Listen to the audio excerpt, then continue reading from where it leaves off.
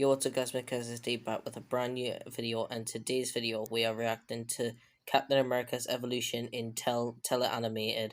So let's get straight into the video. Right, so let's get into it. Captain America seems to change his look with every new line of toys, but just how has Steve Rogers evolved on screen through the decades? Let's go through his live-action evolution and find out. In the 1944 serial, District Attorney Grant Gardner secretly fights crime while sporting a tight suit, rubber gloves, and a cowl with a giant A, turning him. That is the first Captain America, and I actually like this one because it shows how Marvel first came, and this is the first Marvel movie as well that was ever made, so yeah, I really like this one. Into Captain America. Instead of a shield, this Cap uses a gun to thwart a plethora of hired goons, leading to an evil museum curator.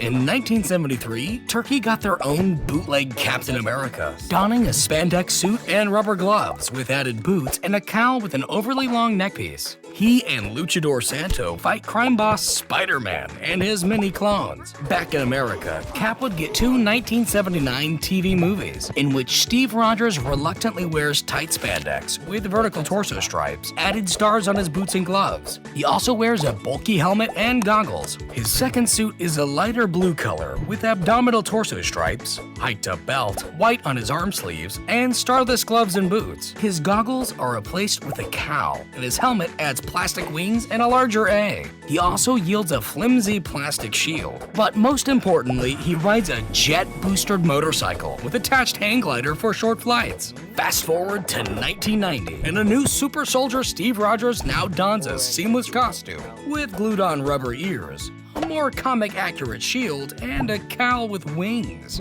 He faces off against Red Skull, but gets frozen in ice and thaws out 50 years later. Then, with the President of the United States, he finally defeats the now non-red Red Skull. 2011's MCU Captain America would first appear as a brave but weak Steve Rogers, who is given a super serum that makes him tall and muscular. First wearing a cloth costume with short shorts, a heater shield, and a winged cowl for wartime entertainment. He later changes into a combat outfit with an added helmet to fight in World War II.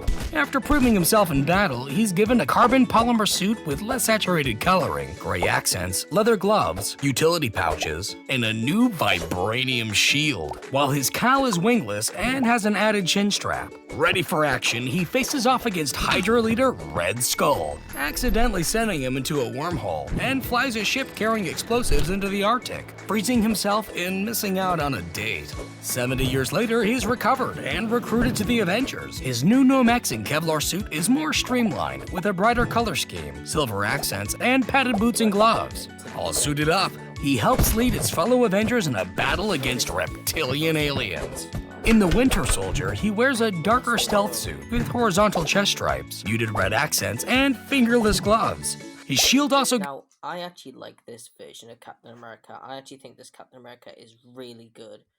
Like, the Winter Soldier version. And also he reunites with Bucky in like many years. It's a stealth upgrade. Later, he wears a near replica of his original combat suit, but with an updated, brighter color scheme. He faces off against a mysterious Hydra assassin, who happens to be his brainwashed former friend. In Age of Ultron, his suit resembles his stealth suit without the chest stripes. Additional red and white details, his boots and gloves get an update, and his pant seams are altered. Oh, and his new gauntlets can now retrieve his vibranium shield. With his new look, he helps his fellow heroes defeat intelligent robots, and then gets ready to train a new batch of Avengers. In Civil War, the suit has more blue. The seam pattern on the torso and pants is altered again. His gloves are smaller, and he's got a fancy new belt and darker boots.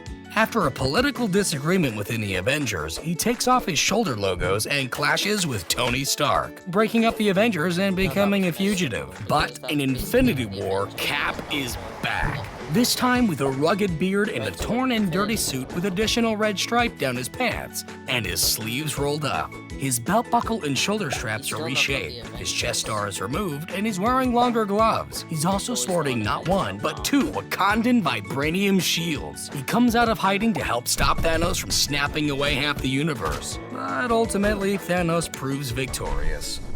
Bro, In he just Endgame, got rid of Cap sports a Civil War-looking suit with scaling, a Green Army uniform, and a black, red, and gray Quantum Realm suit with occasional helmet. So, is he successful in defeating Thanos?